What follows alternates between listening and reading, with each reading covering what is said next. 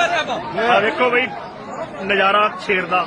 शेर शेर ही ला बढ़िया करके बनाइयो वीडियो आना मैं वीडियो कितना बढ़िया देख ले